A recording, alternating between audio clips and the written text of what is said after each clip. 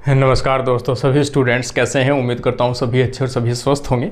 आज अपन डिस्कस करने वाले हैं खासतौर से आपने जो डेवलपमेंट बायोलॉजी स्टार्ट कर रखी थी अपन ने, तो उसी का अगला जो पार्ट है, पार्ट नंबर यहाँ पे अपन देखेंगे पार्ट नंबर 6।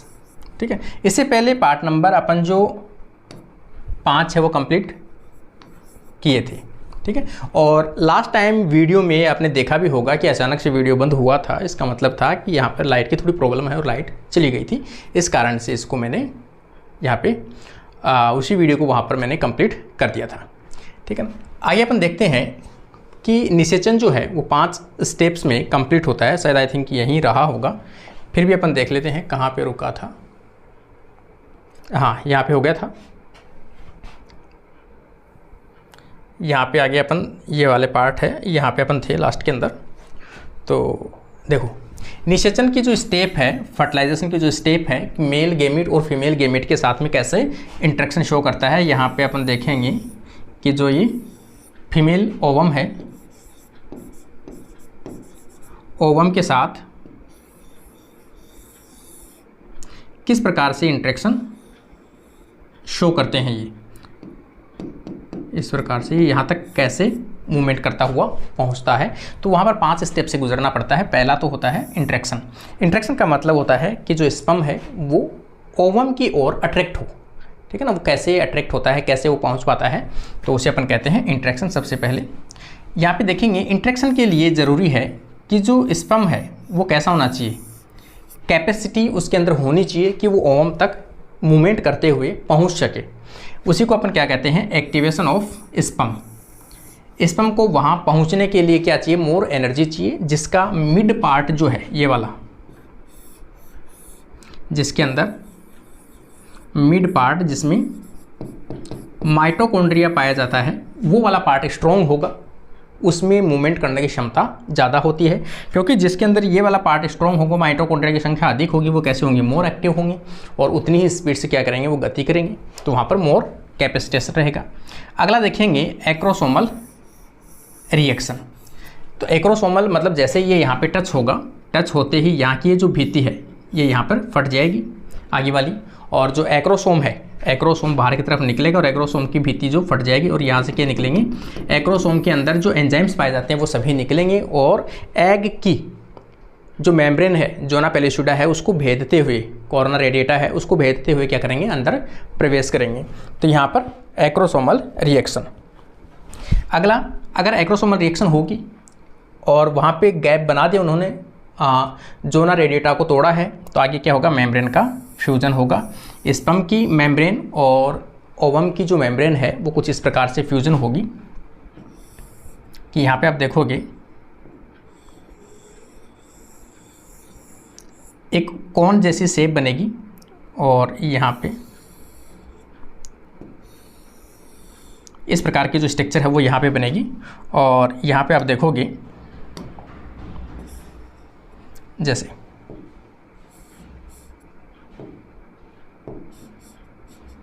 इन दोनों के बीच में क्या बन जाएगा, यहाँ पे गैप बन जाएगा, और ये जो रास्ता है यहाँ से क्या होगा, सीधा अंदर की तरफ कोई भी जो केमिकल है या न्यूक्लियस है वो अंदर प्रवेश कर सकता है। ठीक है ना, इसके लिए अगला ऑप्शन देखेंगे, ब्लॉक पॉलीस्पर्मी। यदि एक स्पर्म अंदर न्यूक्लियस में एंटर कर चुका है, या एक स्पर्म का मटेरियल है वो अंदर जा चुका है, तो और जो स्पर्म है, क्योंकि जब मिलियन के अंदर स्पर्म होते हैं वो एग को चारों तरफ से घेर लेते हैं, और सभी क्या करते हैं, कॉम्पीट करते हैं, अंदर जाने के लिए कोशिश करते हैं इस प्रकार से। ठीक है ना, सभी अंदर जाने के लिए क्या करते हैं, कोशिश करते हैं, और सभी को अगर एक एंटर कर गया है तो अन्य सभी को क्या कर दिया जाता है, रोक दिया जाता है। उसे क्या कहते हैं, पॉलीस्पर्मी ब्लॉक कहते हैं। आगे क्या आएगा, अगर फर्टिलाइजेशन हो चुका है तो क्या होगा, एक्टिवेशन ऑफ एग। एग अब क्या होगा, एक्टिवेशन होगा, एग का साइटोप्लाज्म उसके अंदर मूवमेंट होना स्टार्ट हो जाएंगे, एक्टिवेशन हो जाएगा। और आगे आएगा, अगर जायगोट बन जाएगा तो उसमें क्या होगा, माइटोसिस डिवीजन होगा, जिसमें सेल की संख्या बढ़ेगी लेकिन साइज नहीं बढ़ती है। ठीक है ना, क्लीवेज और माइटोसिस में किस चीज़ का अंतर है, माइटोसिस, समसूत्री विभाजन और क्लीवेज दोनों एक दूसरे के समानांतर शब्द हैं। क्लीवेज में माइटोसिस के अंदर देखो क्या कंडीशन है कि यहाँ पे एक सेल थी उससे 2 सेल बनी समान, और आकृति भी कैसी है, समान आकृति बन गई, शेप साइज सेम हो गई। लेकिन इसमें क्लीवेज में अंदर देखोगे आप, एक ये सपोज फर्टिलाइज्ड एग है या ओवम है, इसके अंदर माइटोसिस होना है, तो माइटोसिस होती रहेगी लेकिन संख्या बढ़ती रहेगी, लेकिन कोशिकाओं की साइज नहीं बढ़ेगी।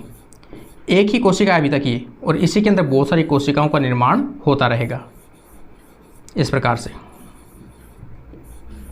समझ गए। तो इसका मतलब क्या हुआ, साइज में इंक्रीज नहीं होती है लेकिन नंबर में बढ़ती है, तो उस माइटोसिस को क्या कहते हैं, क्लीवेज कहते हैं, जो केवल एक विशेष लक्षण है और जाइगोट के अंदर या युग्मनज के अंदर ही देखने को मिलती है। आगे अपन देखेंगे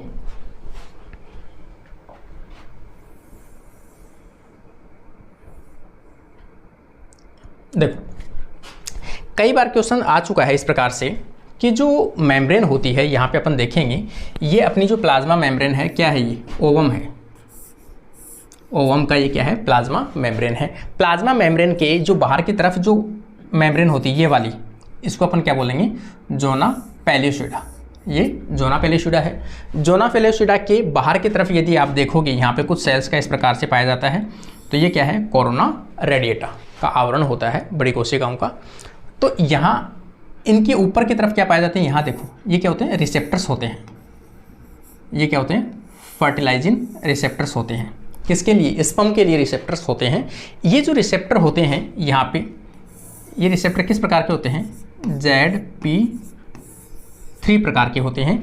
ZP3 और ZP2 प्रकार के होते हैं, लेकिन ZP3 जो है वो स्पर्म के लिए स्पेसिफिक होता है, और ZP3 अपने ही प्रजाति के जो स्पर्म होते हैं उन्हीं के साथ में क्या करते हैं, रिकॉग्नाइज करते हैं। और जैसे ये रिकॉग्नाइज करेंगे तो इधर इनके पास में क्या होती है, कॉर्टिकल वेसिकल्स होते हैं, उनके अंदर डाइजेस्टिव एंजाइम सब भरे हुए रहते हैं। कॉर्टिकल में जो वेसिकल्स होते हैं क्या होते हैं, प्लाज्मा मेम्ब्रेन के ओवम के अंदर के साइड में प्रेजेंट होते हैं। तो यहाँ पर ये ओवम जो है वो इनके साथ में क्या रहा है, इंट्रैक्शन कर रहा है। और ये जो पार्ट है वो क्या है, एक्रोसोम है यहाँ पे, ठीक है। तो अब इसमें देखेंगे कई बार क्वेश्चन आ चुका है कि स्पर्म के ऊपर कौन सी प्रोटीन पाई जाती है, तो उसको क्या बोलते हैं, एंटी फर्टिलाइजिन। सिर्फ यही क्वेश्चन आता है कि एंटी फर्टिलाइजिन स्पर्म पे पाया जाता है या ओवम पे पाया जाता है, तो स्पर्म पे पाई जाती है एंटी फर्टिलाइजिन। यदि ये पूछा जाए फर्टिलाइजिन जो प्रोटीन है ना, फर्टिलाइजिन ये रिसेप्टर है, तो इसको क्या बोलते हैं, फर्टिलाइजिन। प्रोटीन किस पे पाई जाती है, तो आप कहोगे ओवम पर। यह आरपीएससी में ही नहीं, कई बायोलॉजी के एग्जाम में, लाइफ साइंस में, सेट में सब जगह क्वेश्चन पूछा गया है। फर्टिलाइजिन ओवम पे, एंटी फर्टिलाइजिन स्पर्म पे प्रेजेंट होने वाली प्रोटीन्स होती है। एग सेल के साइटोप्लाज्म में कॉर्टिकल ग्रेन्यूल्स पाई जाती है, ठीक है ना, ये साइड वाली। ये ग्रेन्यूल्स एम्फीबियंस, फिश तथा कुछ एनेलिडा के अंदर, या एनेलिडा और मोलस्का के अंदर पाए जाते हैं। कुछ मेमल्स के अंदर भी देखने को मिलती है, जैसे रैबिट और ह्यूमन, ठीक है ना। इसका मतलब कॉर्टिकल वेसिकल, ये जो कॉर्टिकल वेसल्स होती हैं या वेसिकल्स होती हैं वो सभी के अंदर पाई जाती है लगभग, ठीक है ना। कॉर्टिकल ग्रेन्यूल्स के नाम से इसे जानते हैं। अगर आपको पूछा जाए डी ग्रेन्युलेशन किसे कहते हैं, डी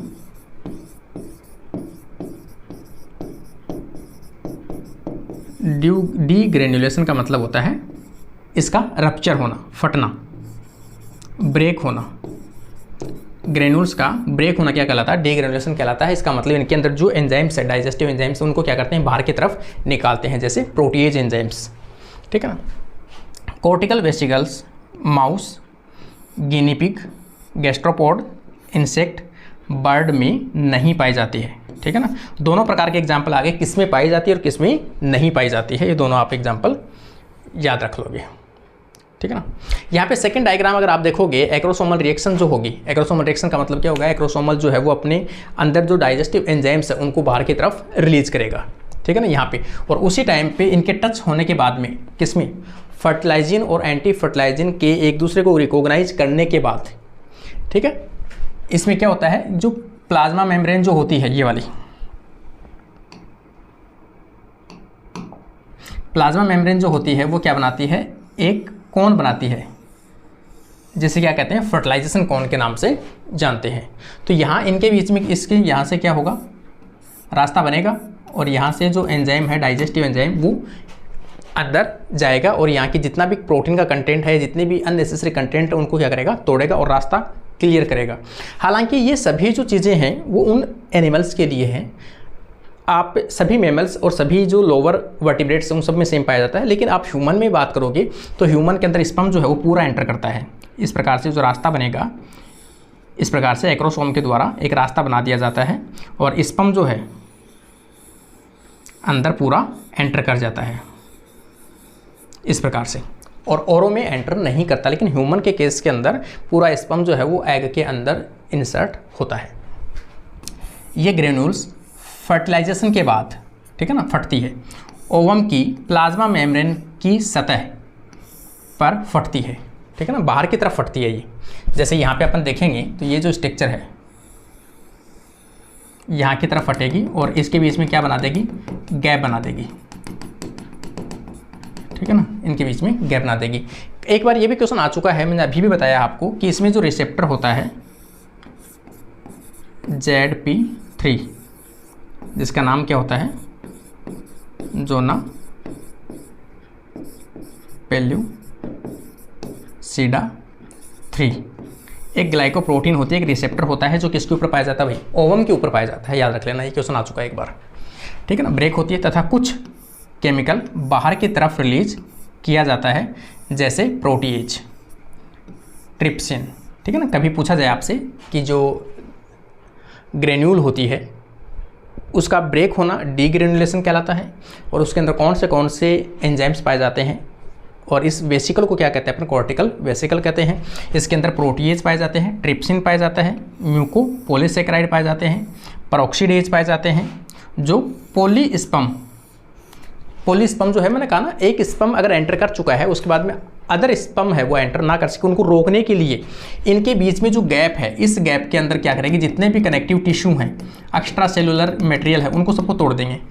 तोड़ने के बाद में क्या होगा, इनके बीच में पानी एब्जॉर्ब होगा, तो यहाँ पे क्या होगा, मेम्ब्रेन के बीच में और बाहर का जो कंटेंट है उनके बीच में एक गैप बन जाएगा लंबा, और लंबा गैप बनेगा तो स्पर्म है वो यहाँ आएगा, यहाँ ही ट्राई करता रहेगा, अंदर की तरफ काफ़ी ज़्यादा गैप क्रिएट हो जाएगा और वहाँ पे स्पर्म अंदर एंटर नहीं कर पाएगा। इसे बोलते हैं पॉलीस्पर्मी। इसका मतलब ये जो है पॉलीस्पर्मी के अंदर रोल प्ले करता है, अंदर आने से रोकते हैं, जिसे पॉलीस्पर्मी ब्लॉकिंग कहा जाता है, ठीक है ना, ये टर्म है।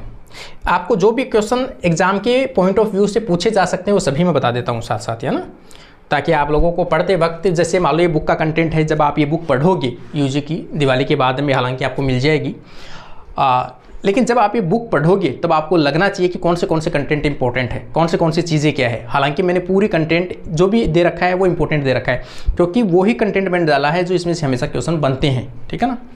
स्पर्म यहाँ पे आप देखोगे,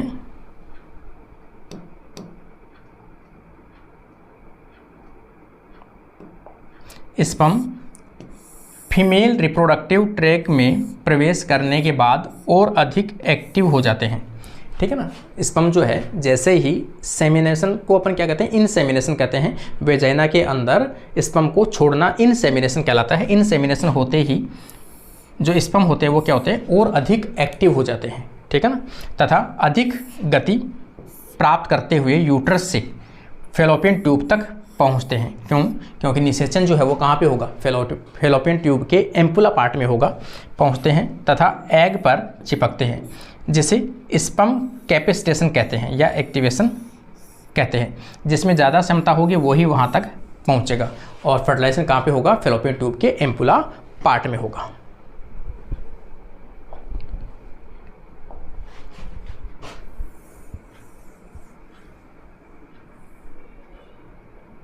अगला पार्ट अगर आप देखोगे, जैसे एक्रोसोमल रिएक्शन, ठीक है ना, ये क्वेश्चन काफ़ी इंपॉर्टेंट है। जो भी टर्म्स मैं अभी बता रहा हूँ आपको, वेरी वेरी इंपॉर्टेंट कर लेना भाई।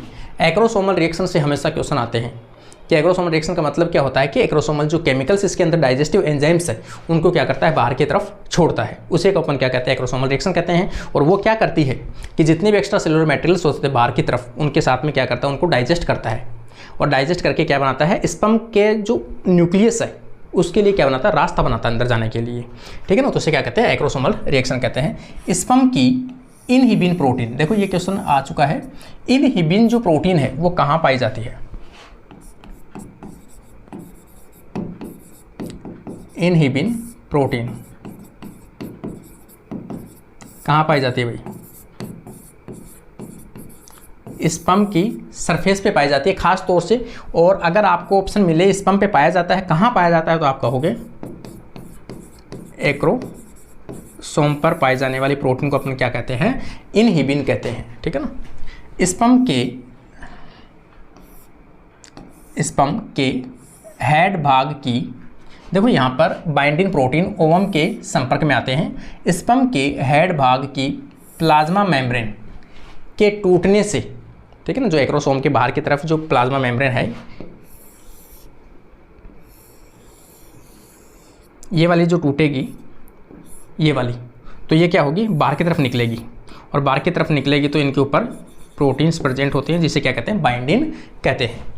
एक्रोसोम में उपस्थित डाइजेस्टिव एंजाइम मुक्त कर दिए जाते हैं, जो ओवम के चारों तरफ उपस्थित जेलिकोट, ठीक है ना, कॉर्ना रेडिएटा का पाचन कर एक छिद्र बना देते हैं। स्पर्म की बाइंडिंग प्रोटीन ओवम के बाइंडिंग रिसेप्टर, ठीक है ना, ये स्पर्म का जो प्रोटीन बोल रहा हूँ बाइंडिंग, इसका मतलब एक्रोसोम बाइंडिंग प्रोटीन है, बाइंडिंग रिसेप्टर से जुड़ते हैं।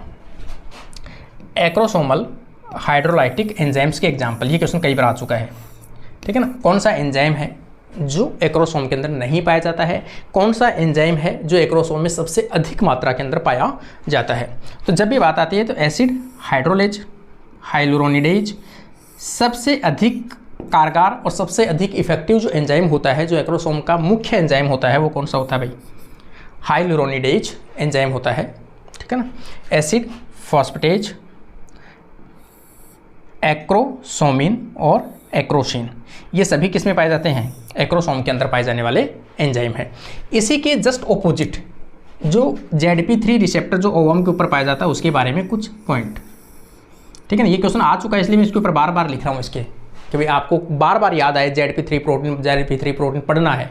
ZP3 प्रोटीन का मतलब क्या है? Zona pellucida 3 protein glycoprotein receptor होता है, ओवम की प्लाज्मा मेम्ब्रेन या जोना पेलिसिडा के ऊपर पाए जाने वाला प्रोटीन होता है। ओवम पर स्पर्म के लिए रिसेप्टर के रूप में काम करता है। ये जाति विशेष होते हैं।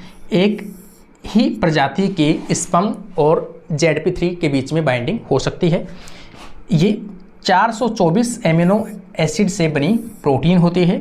ZP3 ZP2 के साथ में पाए जाते हैं, लेकिन ZP2 ज़्यादा हेल्पफुल नहीं होता है। ZP3 ही मेन रिसेप्टर के रूप में काम करता है। रोल स्पर्म एग रिकॉग्नाइजेशन, मुख्य काम क्या है? अपनी प्रजाति के स्पर्म को पहचानना किसका काम है? ZP3 रिसेप्टर का काम है। ठीक है ना। एक्रोसोमल एक्जोसाइटोसिस, एक्जोसाइटोसिस का मतलब क्या होता है? एक्रोसोम बाहर की तरफ फटेगा और बाहर की तरफ मटेरियल छोड़ेगा, उसे क्या कहते हैं? एक्जोसाइटोसिस कहते हैं। तो उसके लिए भी रेस्पॉन्सिबल कौन है? ZP3 रिसेप्टर है। पॉलीस्पर्म को ब्लॉक करने के लिए भी क्या है? इंपॉर्टेंट रोल प्ले करता है। और एम्ब्रियो प्रोटेक्शन, कई इसके फंक्शंस होते हैं, तो आपको याद रखना है।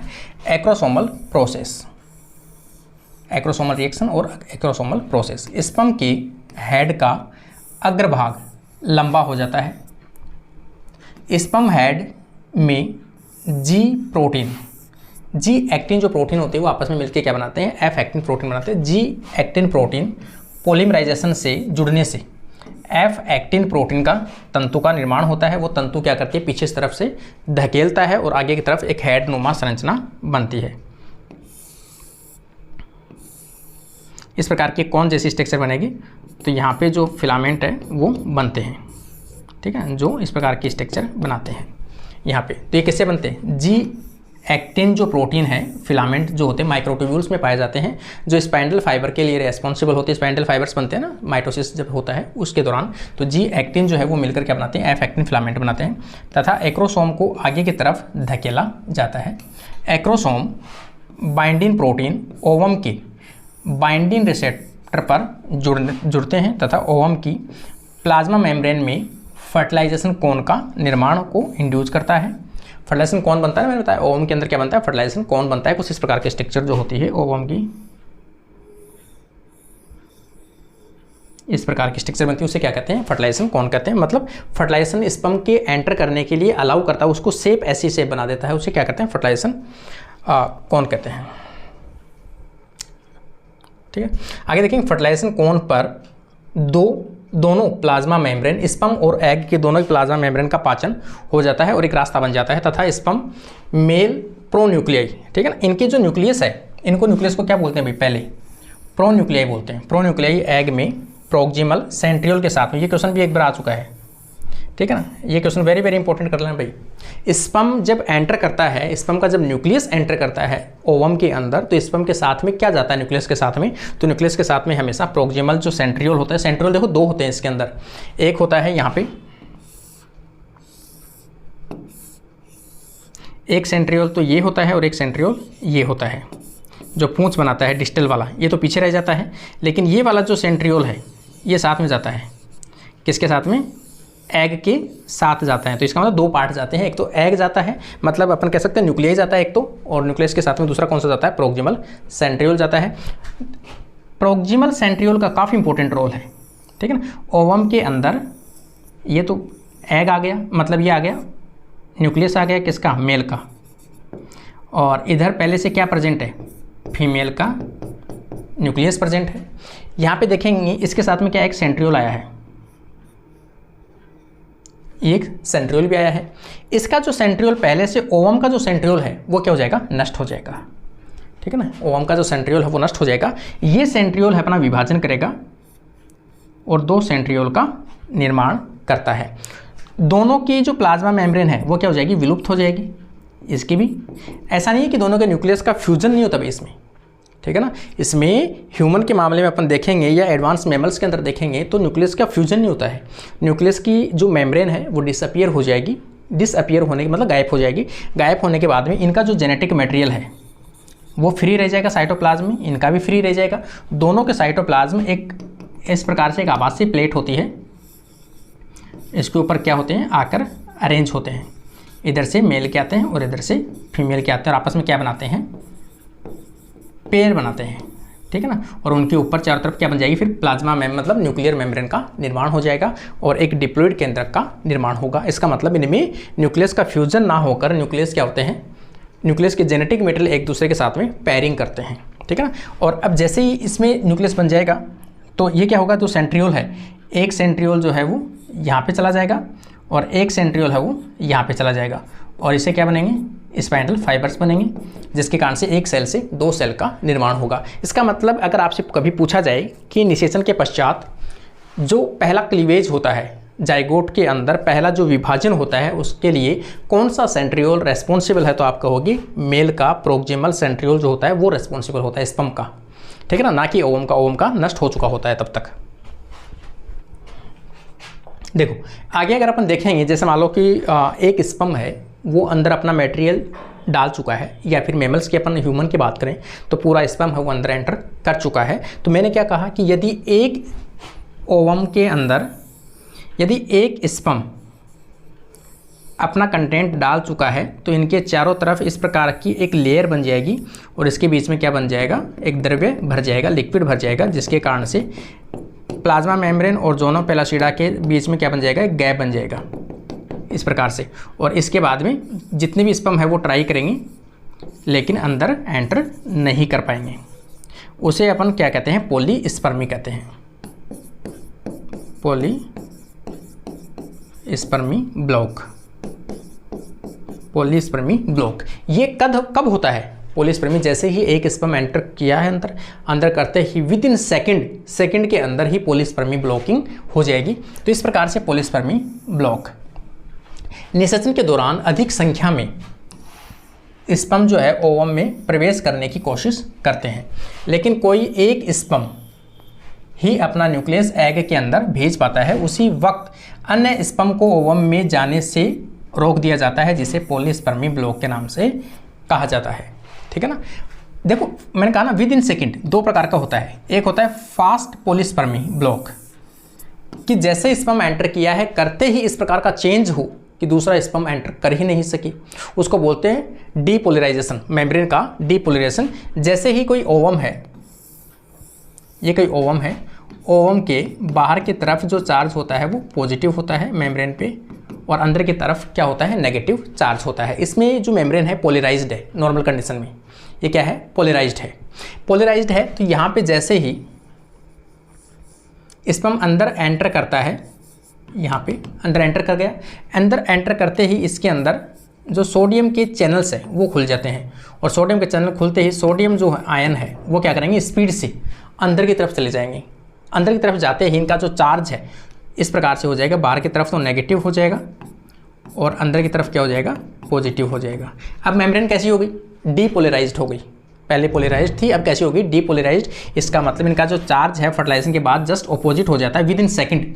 और ऐसा अगर चार्ज रहेगा तो जो स्पर्म है वो आके भी अंदर एंटर नहीं कर पाएगा। अगर ये चार्ज रहता है तो स्पर्म जो है वो एंटर कर पाता है, ठीक है ना। लेकिन इसका चार्ज में चेंज होने के कारण से एक्शन पोटेंशियल जो चेंज होता है, डीपोलराइज्ड होता है, उसके कारण से क्या होता है, पॉलीस्पर्मी, फास्ट पॉलीस्पर्मी ब्लॉकिंग होती है। ये एग्जांपल याद रखना भाई। निषेचन के कुछ सेकंड में ही अन्य स्पर्म की एंट्री को रोक दिया जाता है। ओवम की प्लाज्मा मेम्ब्रेन बाहर की तरफ सोडियम आयन पाए जाते हैं तथा सोडियम चैनल ओपन होने से ये सोडियम आयन एग में प्रवेश कर जाते हैं, जिससे प्लाज्मा मेम्ब्रेन पर बाहर नेगेटिव चार्ज आ जाता है, जो डायग्राम अभी मैंने बनाया आपको ये वाला, तथा अंदर की तरफ पॉजिटिव चार्ज चला जाता है, जिससे डीपोलराइजेशन ऑफ प्लाज्मा मेम्ब्रेन के नाम से जानते हैं। इसका मतलब प्लाज्मा मेम्ब्रेन कैसी होती है, पहले पोलराइज्ड होती है, निषेचन के पश्चात कैसी होती है, डीपोलराइज्ड होती है। तो आपको याद रखना भी, फास्ट पॉलीस्पर्मी रोका जाता है प्लाज्मा मेम्ब्रेन ऑफ ओवम के डीपोलिमराइजेशन के कारण से रोका जाता है। डीपोलराइजेशन, हाँ डीपोलराइजेशन है ये, पोलराइजेशन है ना, पोलिमराइजेशन नहीं है ये, पोलराइजेशन है भाई। ये थोड़ा करेक्शन मैं कर दूंगा ना उसमें, तो आप भी कर लेना। ये क्या है, पोलराइजेशन है। यहाँ पे देखेंगे अन्य स्पर्म प्लाज्मा मेम्ब्रेन पर अटैच नहीं हो पाते हैं क्योंकि इनके आयन से वो एक दूसरे को विपरीत हो जाते हैं, अटैच नहीं होने देते हैं। यहाँ पे आप देखोगे प्लाज्मा मेम्ब्रेन में एक्शन पोटेंशियल में चेंज होने के कारण से पॉलीस्पर्मी क्या होती है, ब्लॉकिंग होती है। यहाँ पे ठीक है ना, एक्शन पोटेंशियल में चेंज होने के कारण से क्या होते हैं, पॉलीस्पर्मी को ब्लॉक कर दिया जाता है। जैसे कि ये डायग्राम सेम मैंने जो ऊपर समझाया वो का वो ये डायग्राम बना हुआ है। लेट पॉलीस्पर्मी, ठीक है ना, एक होता है कि जो पहले एक्शन लेना है वो तो ले चुके, लेकिन कई बार अगर हो सकता है इसमें कोई मिस्टेक हो, प्रॉपर एक्शन नहीं लिया गया है, तो उस टाइम में एक प्रोसेस और होती है जो स्लो होती है थोड़ी, लेकिन परमानेंट इलाज होती है। इसके बाद में कोई भी स्पर्म हो अंदर एंटर नहीं कर पाता है। ये अपन पढ़ चुके हैं। जो कॉर्टिकल जो वेसिकल्स होते हैं जो एग के अंदर की तरफ होते हैं, इस प्रकार से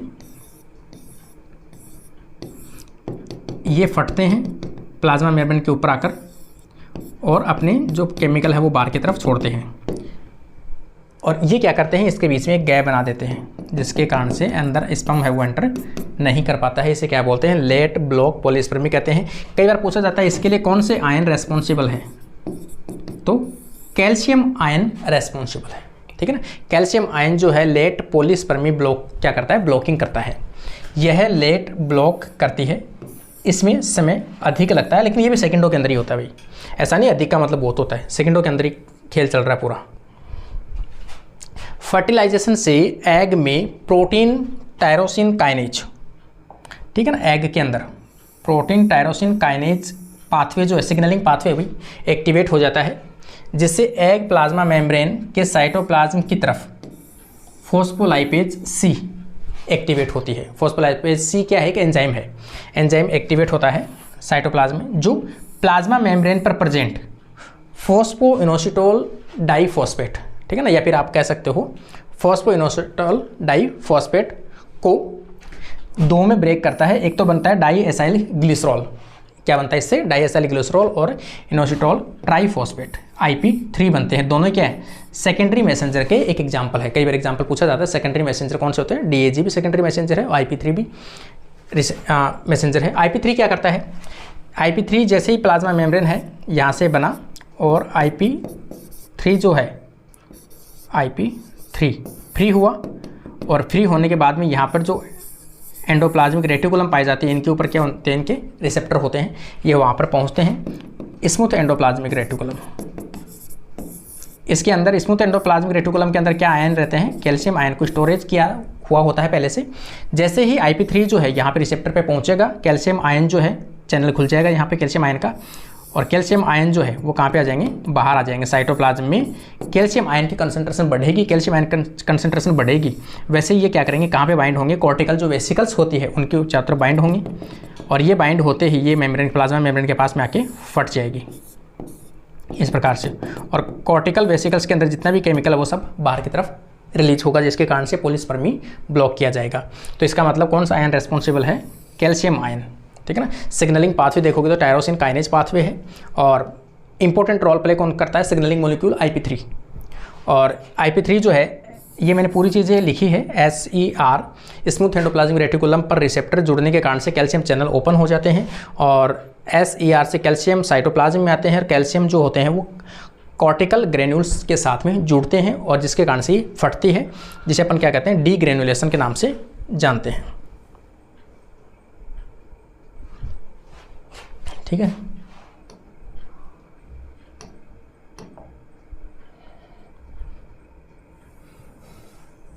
यहाँ पे आप देखोगे, देखो यदि मैंने बताया आपको जो कैल्शियम इंपॉर्टेंट है, कैल्शियम यदि रिलीज हो गया है कॉर्टिकल वेसिकल्स ग्रेन्यूल्स पर प्लाज्मा मेम्ब्रेन पर आकर फटती है, प्लाज्मा मेम्ब्रेन ये जो है केमिकल्स जो होते हैं वो बाहर की तरफ रिलीज कर दिए जाते हैं, प्लाज्मा मेम्ब्रेन तथा विटेनाइल मेम्ब्रेन। ये जो विटेलाइन जो मेम्ब्रेन होती है खासतौर से एम्फीबियंस और जो फिशिस होती है उनके अंदर पाया जाता है भाई। मेराइन जो खासतौर से एनिमल्स होते हैं उनके अंदर पाया जाता है विटेलाइन मेम्ब्रेन, और अपने अंदर जो है वो पाया जाता है जोना पेलुसिडा। तो विटेलाइन मेम्ब्रेन या जोना पेलुसिडा के बीच में, है ना, प्लाज्मा मेम्ब्रेन और विटेलाइन मेम्ब्रेन और जोना पेलुसिडा मेम्ब्रेन के बीच में प्रोटीन को तोड़कर एक गैप बना देती है, और ये गैप जो है वो वाटर के कारण से फिल हो जाती है, प्लाज्मा मेम्ब्रेन जो है वो दूर हो जाती है, जिससे अन्य स्पर्म जो है वह एग के अंदर एंटर नहीं कर पाते हैं। इसका मतलब थोड़ा सा टाइम लगता है, प्रोसेस लंबी रहती है इसकी। इससे विटेलाइन एक मोटी भित्ति में कन्वर्ट हो जाती है, ठीक है ना, जिसे क्या कहते हैं, फर्टिलाइजेशन एनवेलोप कहते हैं, फर्टिलाइजेशन आवरण कहते हैं, जिसके कारण से कोई भी स्पर्म है अब अंदर एंटर नहीं कर पाएगा। यहां पे आप देखोगे स्पर्म कीमोटैक्सिस कि स्पर्म कैसे मूवमेंट करता है। कीमोटैक्सिस ओवम की फॉलिकल जो सेल होती है, फॉलिकल सेल्स के द्वारा कीमो अट्रैक्टेंट पदार्थ रिलीज किए जाते हैं, जैसे हीट स्टेबल पेप्टाइड्स, कुछ प्रोटीन्स या कुछ केमिकल सब्सटेंस जो ओवम के फॉलिकल्स के द्वारा स्रावित किए जाते हैं, जिससे मेल ओवम की ओर आते हैं। मेल का मतलब स्पर्म, मेल गेमिट जो है वो स्पर्म किसकी तरफ आते हैं, ओवम की तरफ अट्रैक्ट होते हैं, जिसे क्या कहते हैं, स्पर्म कीमोटैक्सिस कहते हैं। माइटोकॉन्ड्रियल क्लाउड, ठीक है ना, जो ओवम होता है, ओवम के अंदर एक ऐसा रीजन होता है जिसके अंदर काफ़ी माइटोकॉन्ड्रिया जो एक ग्रुप में पाए जाते हैं, जो ओवम फर्टिलाइजेशन के बाद में बना है, मतलब फर्टिलाइज्ड एग या ओवम जो है उसके अंदर काफ़ी एनर्जी की आवश्यकता पड़ती है, इसलिए इसमें कुछ जो है इस प्रकार का रीजन पाया जाता है। यहाँ पर ओवम यदि आप बनाओगे तो इसके अंदर कुछ आपको इस प्रकार का रीजन एक दिखाई देता है, डार्क रीजन दिखाई देता है, जिसे क्या कहते हैं, माइटोकॉन्ड्रिया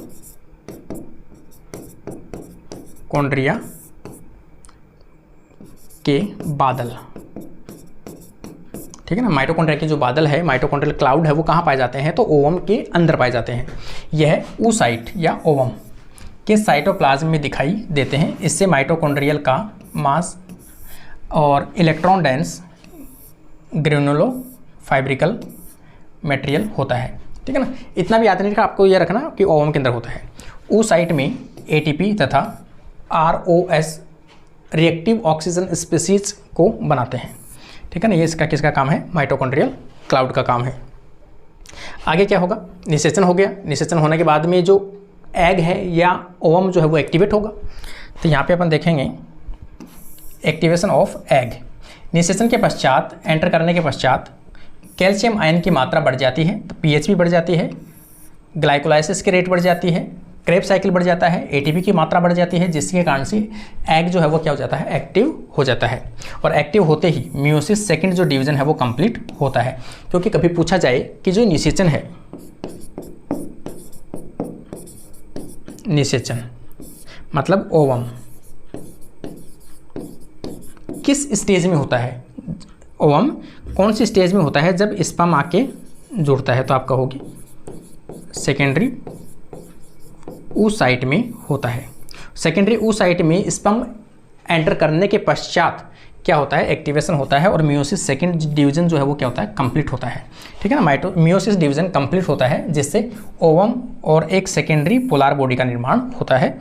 एग मेटाबॉलिक और साइटोजेनिक रूप से क्या हो जाता है, एक्टिव हो जाता है।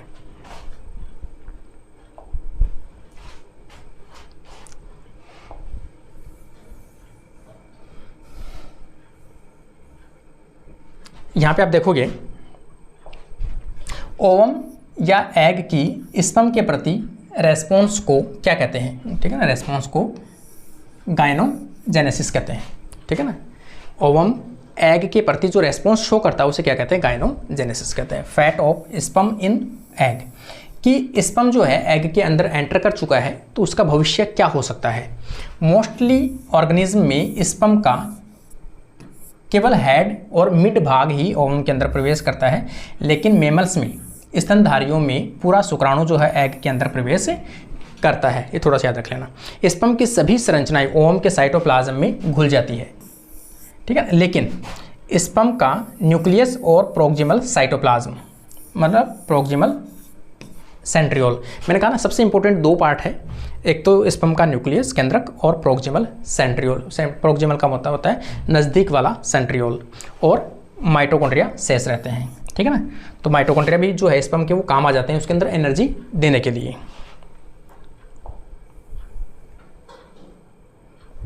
आगे आप देखोगे ओवम में सेंट्रियोल नष्ट हो जाते हैं।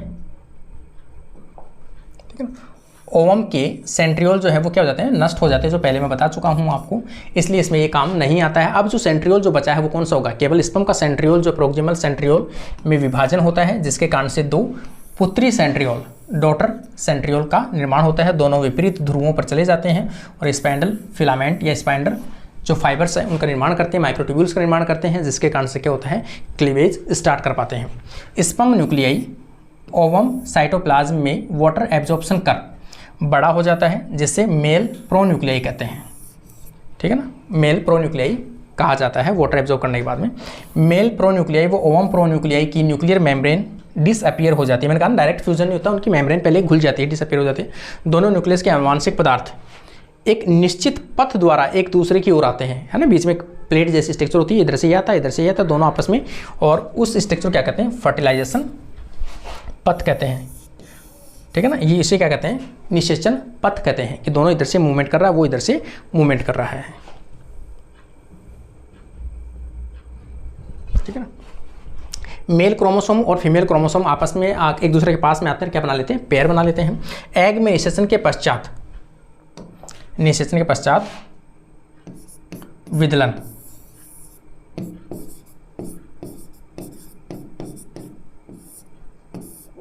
विदलन या क्लीवेज किसके द्वारा करवाया जाता है। क्लीवेज का स्टार्ट जो होता है वो किसके द्वारा होता है, स्पर्म के प्रोक्सिमल सेंट्रियोल के द्वारा स्टार्ट किया जाता है। मैंने हर जगह वो लाइन लिखने की कोशिश की है कि बार बार में आपका रिपीट हो, बार बार में वो चीज़ें आपको माइंड में आए कि ये क्वेश्चन इंपॉर्टेंट है।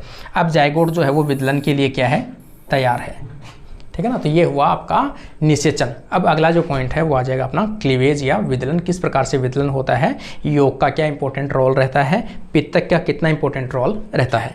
तो ये क्लास अपनी आज के लिए निषेचन का पार्ट सेकंड था, वो कंप्लीट होता है। अगली क्लास में अपन विदलन के साथ में मिलेंगे। आज के लिए अपनी क्लास ही कंप्लीट होती है। Thank you guys.